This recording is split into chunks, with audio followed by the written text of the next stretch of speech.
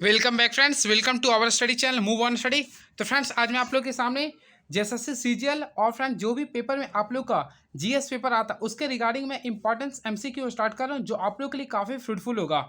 तो चलिए बिना टाइम वेस्ट किए मैं आज का क्लास स्टार्ट करता हूँ जो आप लोग के लिए काफ़ी काफ़ी हेल्पफुल भी होगा। तो चलिए first of all question is now, Bharat के किस पड़ोसी देश में रुपये का मुद्रा के रूप में उपयोग नहीं किया जाता है?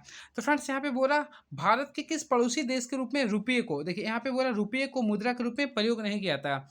तो ऑप्शन लिख रहा है पाकिस्तान, नेपाल, श्रीलंका या बांग्लादेश। तो मैं आप लोगों को बताना चाहता हूँ फ्रेंड्स, देखिए सबसे पहले आप लोगों को मैं डिस्कस करता हूँ। बात करते हैं पाकिस्तान का, तो पाकिस्तान का मुद्रा क्या होता है? रुपया होता है। वही बात करते हैं फ्रेंड्स नेपाल का, तो नेपाल का भी मुद्रा क्या होता है?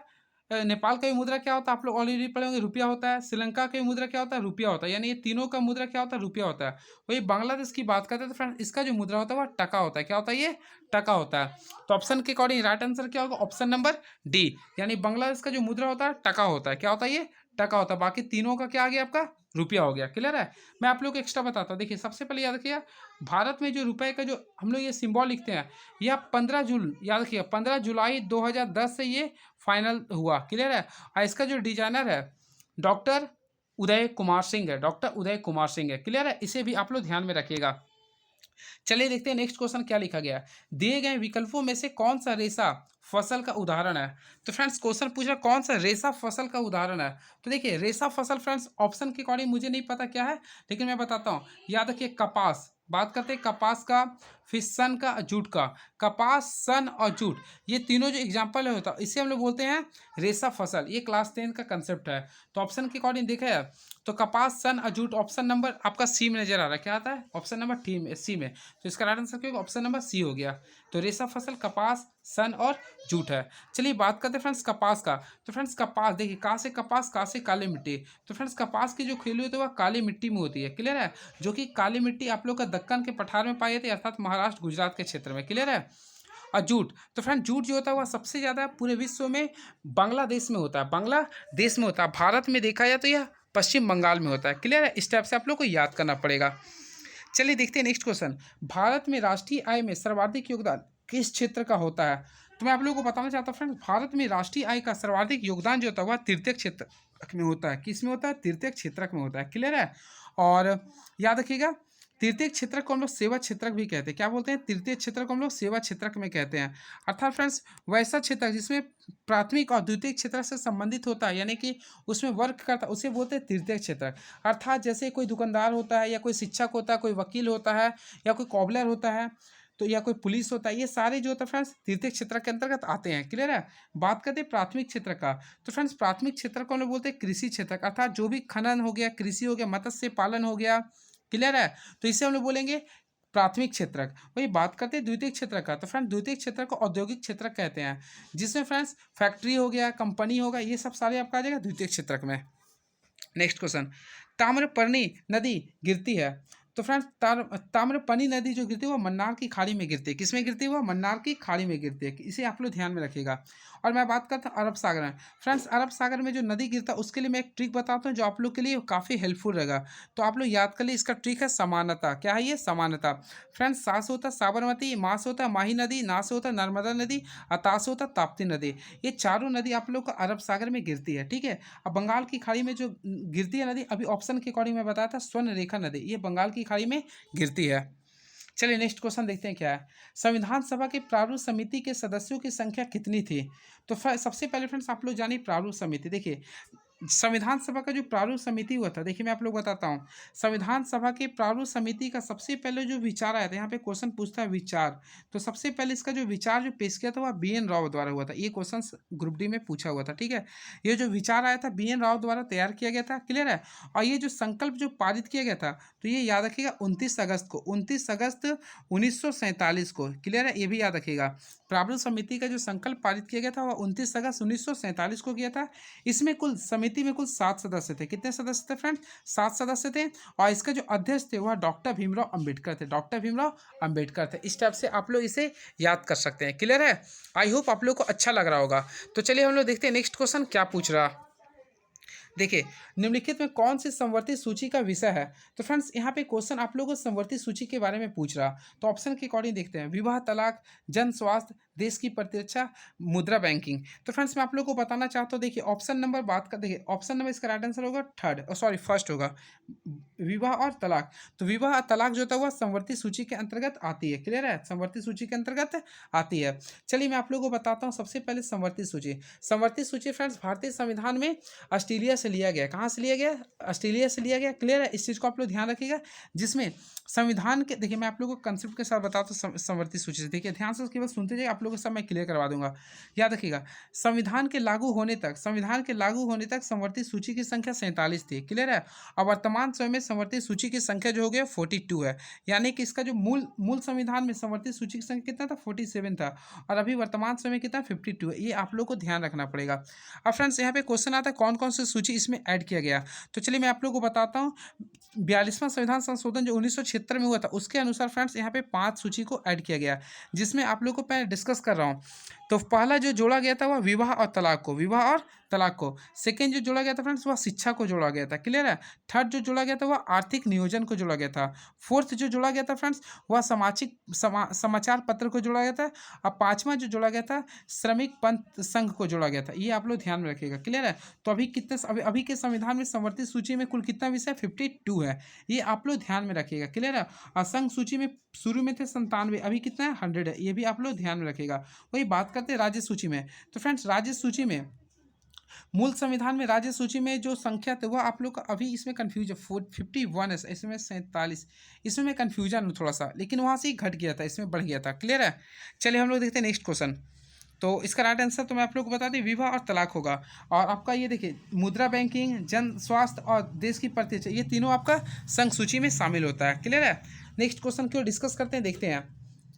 राज्य पुनर्गठन आयोग जो कि फ्रेंड्स 1956 में के अनुसार भारत में कितनी राज्य एवं केंद्र शासित प्रदेश स्थापित किया गया था?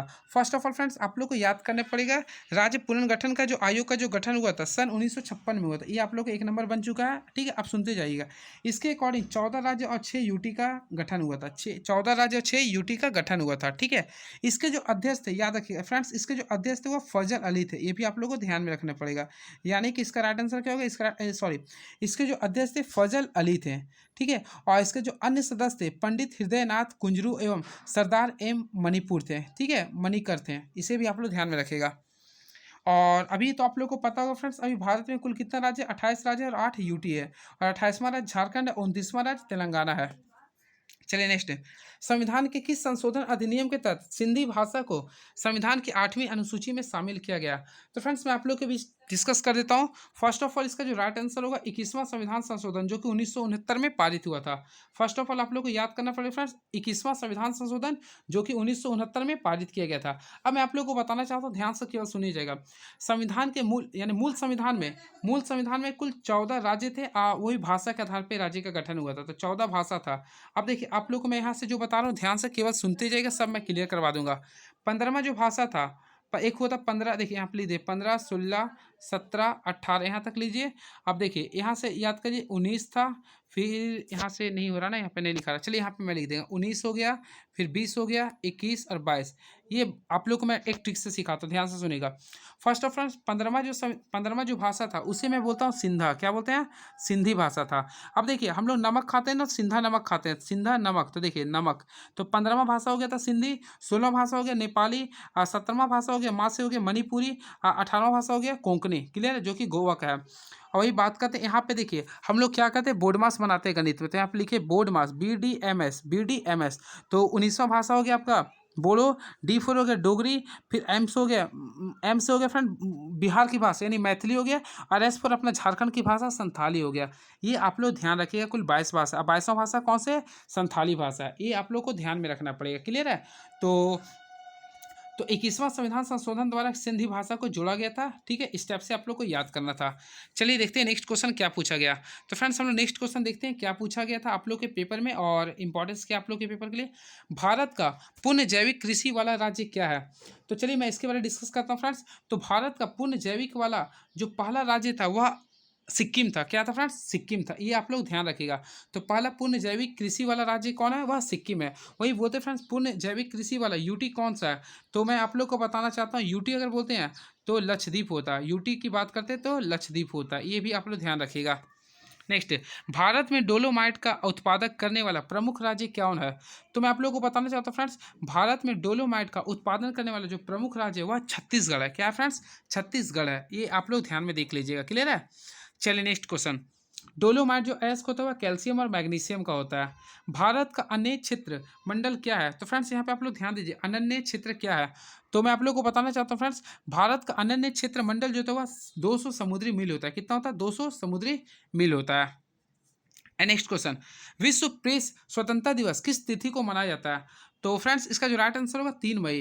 तो विश्व प्रेस स्वतंत्रता दिवस जो भारत में मनाया जाता है वह 3 मई को मनाया जाता है। याद रखेंगे आप लोग। वही बात करते हैं 11 मई को।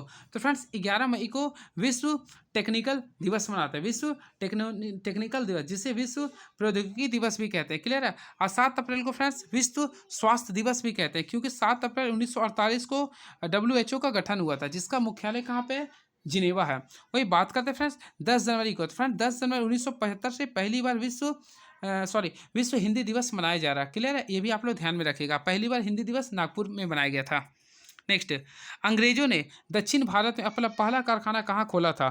तो मैं आप लोग को बताना चाहता हूँ फ्रेंड्स, अंग्रेजों ने दक्षिण भारत में अपना पहला कारखाना 1611 में, याद रखिएगा 1611 में फ्रेंड्स खोला था। और वो भी मसूलीपट्टनम में। मसूलीपट्टनम में, याद रखिएगा 1611 में। ये काफ़ी इंपॉर्टेंट क्वेश्चन था। क्लियर है? चलिए नेक्स्ट क्वेश्चन क्या देखते हैं। निम्नलिखित में से कौन सा शहर पश्चिम ऑस्ट्रेलिया की राजधानी है?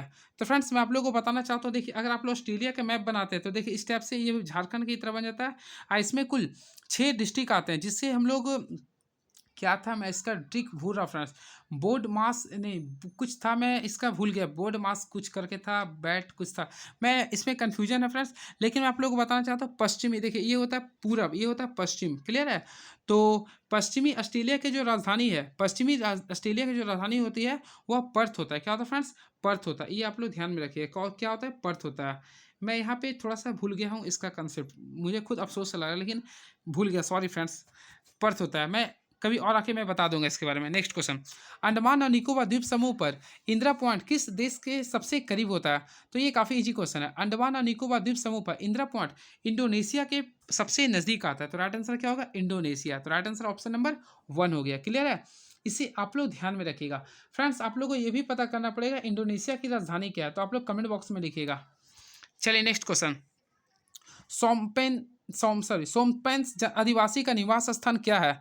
तो फ्रेंड्स मैं आप लोगों को बताना चाहता हूँ, सोमपेंस आदिवासी का जो स्थान है वह अंडमान और निकोबार है, यानी अंडमान निकोबार है। तो ऑप्शन के अकॉर्डिंग देखा है तो निकोबार लिख दीजिए। क्या लिखिएगा? निकोबार हो गया। क्लियर है? सैम्पेन जनजाति जो रहते हैं आदिवासी लोग, वह निकोबार में रहते हैं। चलिए बात करते हैं फ्रेंड्स आदिवासी। तो फ्रेंड्स विश्व आदिवासी दिवस कब मनाते हैं? तो आप लोगों को मैं बताना चाहता हूँ 9 अगस्त को मनाते हैं विश्व आदिवासी दिवस। क्लियर है? अब पहली बार मनाया गया था 9 अगस्त 1995 को। क्लियर है? अगर आप लोग झारखंड का स्टूडेंट है तो आप लोग को पता होगा 9 अगस्त झारखंड के लिए इंपॉर्टेंट है, क्योंकि 9 अगस्त को जैक का स्थापना हुआ था। चलिए नेक्स्ट क्वेश्चन, लोक लेखा समिति के सदस्य कितने वर्ष के लिए नियुक्त होते हैं? तो चलिए मैं इसके बारे में डिस्कस कर देता हूं, जो आप लोग के लिए काफ़ी इंपॉर्टेंस होगा। तो फ्रेंड्स बात करते हैं लोक लेखा समिति का। तो लोक लेखा समिति का जो गठन होते हैं, सदस्य होता है, तो फ्रेंड्स उसका जो गठन होता है वह 1 वर्ष के लिए होता है। कितने वर्ष के लिए होता है? 1 वर्ष के लिए होता है। चलिए अब इसके रिलेटेड कुछ मैं एक्स्ट्रा डिस्कशन कर रहा हूं। देखिएगा, लोक लेखा समिति को प्राक्कलन समिति का जुड़वा बहन कहते हैं। क्या बोलते हैं? प्राक्कलन समिति का जुड़वा सदस्य बोलते हैं। इस समिति में कुल फ्रेंड्स 22 सदस्य होते हैं। कितना होते हैं? 22 सदस्य होते हैं। देखिए मैं बता देता हूँ, देखिएगा ध्यान से सुनिएगा, केवल सब मैं आप लोग को इसी क्लास में सब कंप्लीट करवा दूंगा। देखिए लोक लेखा समिति में कुल सदस्यों की संख्या होता है 22, जिसमें फ्रेंड्स आप लोग को पता करना पड़ेगा लोकसभा से, इसमें लोकसभा से जो सदस्य होते हैं वह 15 होते हैं। कितना होते हैं? 15 होते हैं। और राज्यसभा से सदस्य कुल कितना होता है? 7 होते हैं। ये आप लोग को ध्यान में रखिएगा। क्लियर है? और ये जो होता है 1 वर्ष में निर्वाचित किए जाते हैं। ठीक है? इसी समिति को लघु लोकसभा भी बोलते हैं। इस समिति को क्या बोलते हैं? लघु लोकसभा भी कहते हैं। ये आप लोग ध्यान रखिएगा। तो लघु लोकसभा किसे कहते हैं? तो लोक लेखा समिति को बोलते हैं। क्लियर है? तो इसके सदस्यों का कार्यकाल होता है 1 वर्ष। ये भी आप लोग ध्यान में रखिएगा। चलिए नेक्स्ट क्वेश्चन देखते हैं। 1857 के विद्रोह में कश्मीर में विद्रोह का नेतृत्व किसने किया था? तो फ्रेंड्स ये काफ़ी क्वेश्चन तगड़ा क्वेश्चन है, चलिए मैं बताता हूँ। तो ये क्वेश्चन जो है, देखिए 1857 के विद्रोह में कश्मीर में जो विद्रोह किया था वह गुलाब सिंह किया था। ये क्वेश्चन आप लोग पढ़े होंगे, किसने किया था? गुलाब सिंह ने किया था। ये क्वेश्चन तगड़ा क्वेश्चन है, इसे ध्यान रखिएगा, ठीक है। तो किसने किया था? गुलाब सिंह ने किया था, क्लियर है। चलिए बात करते हैं फ्रेंड्स 1857 की क्रांति का। तो 1857 का जो क्रांति जो स्टार्ट हुआ था वह लॉर्ड कैनिंग के शासनकाल के समय स्टार्ट हुआ था, इसे भी आप लोग ध्यान रखिएगा। और इसका जो मेन जो जो फ्रेंड्स इसका जो सिंबल था यानी चिन्ह था वह कमल और चपाती था, कमल और चपाती था। और झारखंड बिहार यानी बिहार में जो नेतृत्व किया था वह आरा जिला के रहने वाले जगदीशपुर के कौन थे? आप लोग कमेंट बॉक्स में रखें, वीर कुंवर सिंह थे। चलिए नेक्स्ट क्वेश्चन। असहयोग आंदोलन व खिलाफत आंदोलन किस गवर्नर के शासनकाल में आरंभ हुआ था? तो चलिए मैं आप लोग के बीच यहाँ पे डिस्कस कर देता हूँ पूरा गवर्नर से। देखिए first of all friend Lord Hardinge. तो लॉर्ड हार्डिंग का जो टेन्यूर था तो ऑलरेडी आप लोग पढ़े होंगे फ्रेंड्स। इसका जो टेन्यूर था आप लोग को पता होगा 1900 शायद 9 से लेके 14 तक था, ठीक है। वही बात करते हैं चेम्सफोर्ड का, तो 1916 से लेके 1919 तक था, सॉरी 1916 से 1921 तक था। वही बात करते हैं फ्रेंड्स लॉर्ड रीडिंग का, तो 21 से लेके 26 तक था लॉर्ड रीडिंग का। और लॉर्ड इरविन का जो था 1926 से लेकर 1931 तक था, ठीक है। अब हम लोग डिस्कस करते हैं फ्रेंड्स, आप लोगों को बोला ये असहयोग आंदोलन कब हुआ था? तो ऑलरेडी आप लोग को पता है फ्रेंड्स, असहयोग आंदोलन 1 अगस्त 1920 से प्रारंभ हुआ था और नागपुर अधिवेशन जो कि दिसंबर 1920 में वहाँ से प्रस्ताव पेश किया गया था, क्लियर है। तो यानी 1920 के समय कौन थे? तो आप लोग ऑलरेडी देख सकते हैं लॉर्ड चेम्सफोर्ड थे। कौन थे? लॉर्ड चेम्सफोर्ड थे। तो इसका राइट आंसर अगर देखा जाए तो राइट आंसर क्या होगा? लॉर्ड चेम्सफोर्ड होगा, क्लियर, ऑप्शन नंबर बी। और गांधी इरविन समझौता कब हुआ था फ्रेंड्स? मैं ये भी बता देता हूँ। तो गांधी इरविन समझौता हुआ था 5 मार्च 1931 को हुआ था, गांधी जी और लॉर्ड इरविन के बीच हुआ था, ठीक है। और ये हुआ था लंदन में हुआ था, क्लियर है। चलिए नेक्स्ट क्वेश्चन देखते हैं क्या है ये। काकरापाड़ा परमाणु ऊर्जा परियोजना किस राज्य में है? तो फ्रेंड्स मैं आप लोगों को बताना चाहता हूँ काकरापाड़ा परमाणु ऊर्जा भारत के गुजरात राज्य में। कहाँ पे? ये भारत के गुजरात राज्य में, क्लियर है। इसे आप लोग ध्यान में रखिएगा। तो काकरापाड़ा कहाँ पे? भारत के गुजरात राज्य में स्थित है, क्लियर है। चलिए बात करते हैं कर्नाटक में। तो फ्रेंड्स कर्नाटक में जो था वह कैगा है। कौन सा परियोजना है? कैगा में है, ठीक है।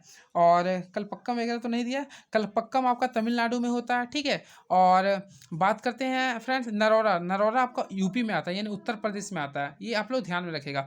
अब पहला जो था वह तारापुर। तो तारापुर फ्रेंड्स आप लोग को ऑलरेडी पता होगा ये महाराष्ट्र में है, क्लियर है। चलिए देखते हैं नेक्स्ट क्वेश्चन क्या लिख रहा। जन योजना को एम.एन. राय द्वारा कब प्रस्तुत किया गया था? तो फ्रेंड्स मैं आप लोगों को बताना चाहता हूँ जन योजना को एम.एन. राय द्वारा 1945 में प्रस्तुत किया गया था। 1945 इसका राइट आंसर होगा, 1945 होगा। चलिए नेक्स्ट क्वेश्चन देखते हैं क्या लिख रहा। सस्टेनेबल एविएशन फ्यूल का उपयोग कर क्या लिखा है? कमर्शियल उड़ान संचालन करने वाली पहली भारतीय एयरलाइन कौन सी है? तो फ्रेंड्स इसका जो राइट आंसर होगा ऑप्शन नंबर 3 होगा, विस्तारा। क्या होगा? विस्तारा होगा। यानी सस्टेनेबल एविएशन फ्यूल का उपयोग कर कॉमर्शियल उड़ान संचालन करने वाले पहले भारतीय एयरलाइन कौन था? विस्तारा था, ये याद रखिएगा।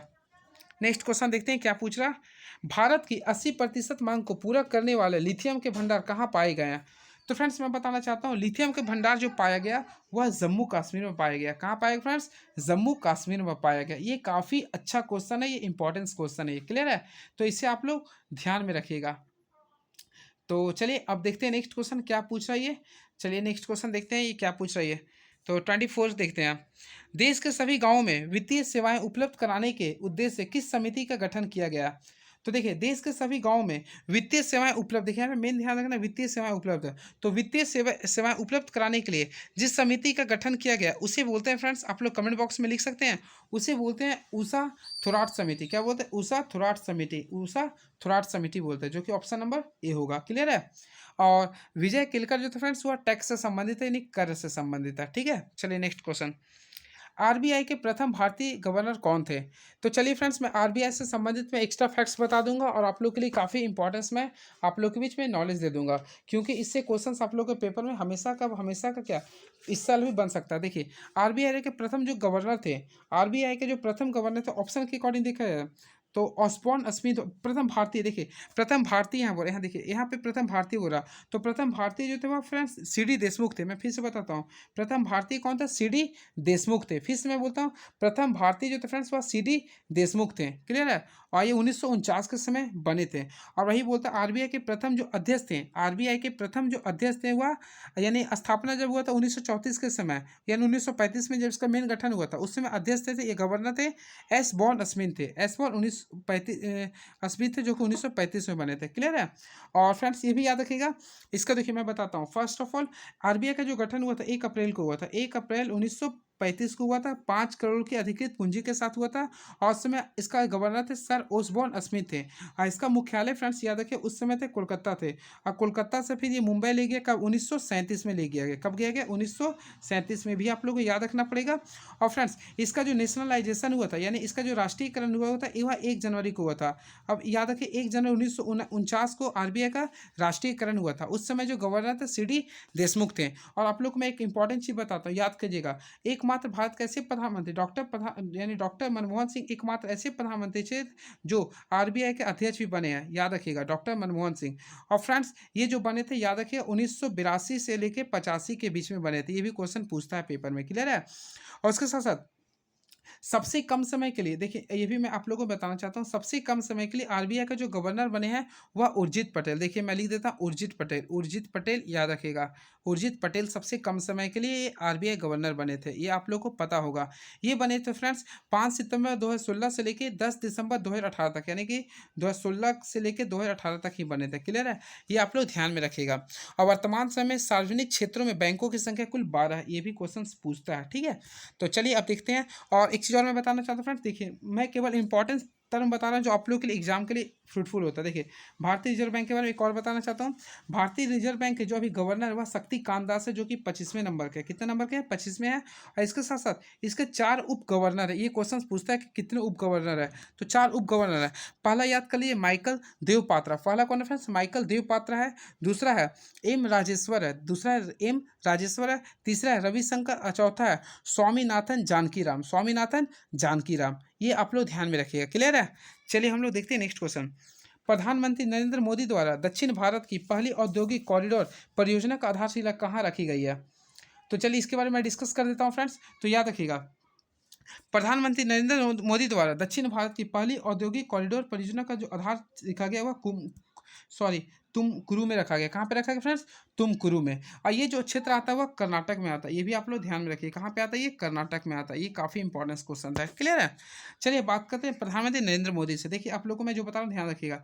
नरेंद्र मोदी भारत के दूसरे ऐसे प्रधानमंत्री बन गए हैं जिन्होंने लगातार 3 बार प्रधानमंत्री भारत के बने। क्लियर 3 बार। अब मैं आप लोगों को बताना चाहता हूँ पहली बार, सेकेंड बार, थर्ड टाइम से शपथ कब लिए। तो पहली बार जो शपथ लिए थे याद रखिएगा 26 मई को लिए थे। 26 मई 2014 को प्रधानमंत्री पहली बार भारत के प्रधानमंत्री बने थे, 26 मई 2014 को। और दूसरी बार बने हैं वह 30 मई 2019 को बने थे, 30 मई 2019 को। और अभी थर्ड टाइम जो बने वह 9 जून को बने, 9 जून 2024 को बने। क्लियर है। और ये तीनों में जो जीते फ्रेंड्स, ये तीनों में जो इसका जो लोकसभा जो संसदीय क्षेत्र है वह वाराणसी है। ये भी याद रखिएगा वाराणसी है। ये काफ़ी अच्छा क्वेश्चन है ये। ठीक है। और इस साल जो वाराणसी से इन्होंने बीट किया वह अजय कुमार नाम के कोई सांसद, अजय कुमार नाम के व्यक्ति को हराया था। क्लियर है। जो कि कांग्रेस से खड़े थे। ये आप लोग के लिए काफ़ी इंपॉर्टेंट क्वेश्चन था। क्लियर है। ये चलिए अब नेक्स्ट क्वेश्चन डिस्कस करते हैं। देखते हैं क्या लिख रहा है। तो इसरो द्वारा श्रीहरिकोटा में एसएस, देखिए क्वेश्चन भी काफ़ी तगड़ा क्वेश्चन है ये। इसरो द्वारा श्रीहरिकोटा में SSL भी, देखिए मैं लिख देता हूँ SSL V-D2 प्रक्षेपण यान से कौन सा ग्रह सफलतापूर्वक प्रक्षेपित किया गया? तो मैं फ्रेंड्स आप लोगों को बताना चाहता हूँ इसरो द्वारा श्रीहरिकोटा से SLV-D2 प्रक्षेपण यान से EOS, मैं लिख देता हूँ देखिए EOS था 07 जेनस 1 आज़ादी सेट 2, यानी ये तीनों को प्रक्षेपित किया गया। राइट आंसर उपयुक्त सभी होगा। फ्रेंड्स आप लोग कमेंट बॉक्स में लिख सकते हैं चंद्रयान मिशन 3, यानी कि देखिए चंद्रयान सबसे पहले मैं ऑपरेशन कर देता हूँ। देखिए चंद्रयान सबसे पहले याद कीजिए चंद्रयान मिशन 1 कब आया, फिर 2 कब आया, 3 कब आया, ये भी आप लोग को जानना पड़ेगा। चलिए मैं डिस्कस ही कर देता हूँ। चंद्रयान मिशन 1 कब आया फ्रेंड्स? तो ऑलरेडी आप लोग को पता होगा ये 22 अक्टूबर को आया था, यानी 22 अक्टूबर 2008 को आया था। क्लियर है। वही बात करते हैं फ्रेंड्स सेकेंड, तो चंद्रयान मिशन 2 कब आया था? तो ऑलरेडी आप लोग को पता होगा फ्रेंड्स ये जो आया था 22 जुलाई को आया था। कब आया था? 22 जुलाई 2019 को आया था। और थर्ड जो आया था ये फ्रेंड्स काफ़ी फेमस डे है, तो 14 जुलाई को आया था, 14 जुलाई 2023 को आया था। ये आप लोग तीनों ध्यान में रखिएगा। क्लियर है। और ये बात करते हैं फ्रेंड्स एक और, यानी कि 2 सितंबर को जो छोड़ा गया था, मैं उसका माइंड स्किप कर रहा, शायद ये लूनस, हाँ, सन आदित्य L1, हाँ, तो आदित्य L1 देखिए, ये भी आप लोग ध्यान रखिएगा। तो फ्रेंड्स आदित्य L1 ये भी आप लोग ध्यान रखिएगा। आदित्य L1 जो छोड़ा गया, कब छोड़ा गया, तो ये भी याद रखिए 2 सितंबर को छोड़ा गया था। क्लियर है। और मैं आप लोग को बताना चाहता हूँ friends, Chandrayaan mission 2, Chandrayaan mission third जो हुआ 23 अगस्त को, देखिए 23 अगस्त को आप लोग को यानी साउथ में, यानी साउथ मिशन में शामिल हो गया था। इसलिए प्रत्येक वर्ष 23 अगस्त से हम लोग अंतरिक्ष विभाग दिवस मनाते हैं। ठीक है, राष्ट्रीय अंतरिक्ष विभाग दिवस मनाते हैं, जो कि इस साल दूसरा मनाया जाएगा। पहली बार 2023 में मनाया गया था। क्लियर है, ये भी आप लोग ध्यान में रखिएगा। क्लियर है। चलिए नेक्स्ट क्वेश्चन देखते हैं क्या है। 5 विकासशील देशों में शामिल संगठन ब्रिक्स में कौन कौन सा देश शामिल है। तो चलिए ब्रिक्स का आप लोग ऑपरेशन कीजिए। देखिए ब्रिक्स का फुल फॉर्म लिखिए BRICS, BRICS। अब देखिए मैं इसका बारे में बताता हूँ। First of all friends, B से देखिए, मैं जो बोलूँगा ध्यान से सुनिएगा। बी फोर होता है ब्राज़ील, आर फोर होता है रूस होता है, आई फोर होता है फ्रेंड्स, आई फोर होता है इंडिया, क्या होता है आई फोर इंडिया होता है। बात करते हैं सी फोर, तो सी फोर होता है चीन होता है, और एस फोर क्या होता है दक्षिण अफ्रीका होता है। ये ब्रिक्स में शामिल देश हैं। क्लियर है, ये 5 के बारे में बोल रहा। अब मैं आप लोगों को डिस्कस करता हूँ। ब्रिक का प्रथम सम्मेलन जो हुआ था फ्रेंड्स एकातेतबर्ग में हुआ था, जो कि 2009 में हुआ था, और 2010 में दक्षिण अफ्रीका इसमें शामिल हुआ था। क्लियर है, और उसी के नाम हो गया था ब्रिक्स। और चलिए मैं इससे करेंट अफेयर के रूप में बताता हूँ, इस साल सम्मेलन कहाँ होगा ब्रिक्स का। तो फ्रेंड्स ऑलरेडी आप लोग को पता होगा जो नेक्स्ट जो हुआ था, यानी कि देखिए मैं इसमें जो बता रहा हूँ ध्यान से सुनिएगा फ्रेंड्स। ब्रिक्स का जो पिछले जो सम्मेलन हुआ था, यानी कि जो पिछला, यानी कि 2023 में जो सम्मेलन हुआ था, वो फ्रेंड्स आप लोग को ऑलरेडी पता होगा। आप लोग कमेंट बॉक्स में लिख सकते हैं ब्रिक्स का सम्मेलन कहाँ हुआ था पिछले साल, और इस साल जो होने वाला है रूस में होगा। याद रखिएगा। देखिए मैं आप लोग इसका रियल बता ही देता। देखिए इस साल जो यानी 2024 में, देखिए मैं लिख देता हूँ, 2024 में जो होगा वह रूस में होगा। कहाँ होगा फ्रेंड्स, रूस में होगा। ये इंपॉर्टेंस क्वेश्चन है। तो इससे पहले जो हुआ था वह 20 हुआ था ब्राज़ील में। यानी ये जो चलता है असेंडिंग ऑर्डर से चलता है। देखिए यानी 2023 में चला था, देखिए 23 से आप लोग चल रहा है। ठीक है, 2023 से आप लोग तैयारी कर रहे, सुन लीजिए। तो 23 में चला था ब्राज़ील में, 24 में चलेगा रूस में, 25 में चलेगा इंडिया में, 26 में चलेगा चाइना में, 27 में चलेगा कहाँ साउथ अफ्रीका में। तो ये चलते रहता है। तो 24 में कहाँ होगा रूस में, कहाँ चलेगा रूस में चलेगा। ट्रिक से याद करना है। तो देखिए 2024 अगर लिखना चाहते हैं तो देखिए, तो इसमें आप लोग देख लीजिए 2 आ रहा ना, तो 2 से याद करिए रूस में आ रहा। क्लियर है, इस टाइप से याद कर लीजिए। देखिए 2 आ रहा ना, तो रूस में आ रहा। चलिए अब देखते हैं लास्ट क्वेश्चन क्या पूछ रहा। तो COP 15 शायद क्या लिख रहा देख लेते हैं। इसमें थोड़ा सा कंफ्यूजिंग क्वेश्चन ये लिख रहा हमें लग रहा। तो देखते हैं, पढ़ते हैं क्या लिख रहा है ये COP। देखते हैं फ्रेंड्स क्वेश्चन क्या लिख रहा है। COP 15 जैव विविधता पर संयुक्त राष्ट्र सम्मेलन 2022 का आयोजन कहाँ किया गया था। तो फ्रेंड्स 2022 का जो सम्मेलन जो किया गया था COP का, वो किया गया था कनाडा में किया गया था। कहाँ किया था, कनाडा। तो कनाडा में कहाँ गया था, मॉन्ट्रियल में। ऑलरेडी आप लोग को पता हो कनाडा में क्या पता है, मॉन्ट्रियल पड़ता है। तो कहाँ पे किया था, मॉन्ट्रियल में किया गया था। क्लियर है, तो ये आपको किया गया था। अब बात करते हैं इस साल। तो फ्रेंड्स इस साल जो रहा COP 29 होगा। देखिए COP 29 मैं लिख देता हूँ ताकि आप लोग के लिए काफ़ी हेल्पफुल हो सके। तो COP 29, तो COP 29 का जो जलवायु का जो बैठक होगा वह इस साल बाकू में होगा। कहाँ पे होगा ये, बाकू, जो कि अजरबैजान में की राजधानी है। तो फ्रेंड्स ये आप लोग को ध्यान में रखना होगा। क्लियर है, इस साल का इंपॉर्टेंस है अजरबैजान बाकू में होगा। चलिए लास्ट क्वेश्चन बच गया। टाइम मैगजीन का पर्सन ऑफ द ईयर 2022 का पुरस्कार किसे दिया गया। तो फ्रेंड्स मैं आप लोगों को बताना चाहता हूँ, टाइम मैगजीन का पर्सन ऑफ द ईयर 2022 का जो पुरस्कार दिया गया था, देखिए 22 में जो मिला था वह व्लादिमीर जेलेंस्की को मिला था। किसको मिला था, जेलेंस्की को मिला था। ये आप लोग ध्यान में रखिएगा, काफ़ी अच्छा क्वेश्चन था। क्लियर है। तो चलिए आई होप आप लोगों को क्लास अच्छा लगा होगा, और अगर अच्छा लगा फ्रेंड्स तो हमारे चैनल को प्लीज़ सब्सक्राइब कीजिए। मैं नेक्स्ट वीडियो में पूरे झारखंड का क्वेश्चन लेके आऊँगा। मैं पूरे झारखंड सीजल के अकॉर्डिंग ही आप लोगों को बता रहा हूँ। चलिए थैंक यू सो मच।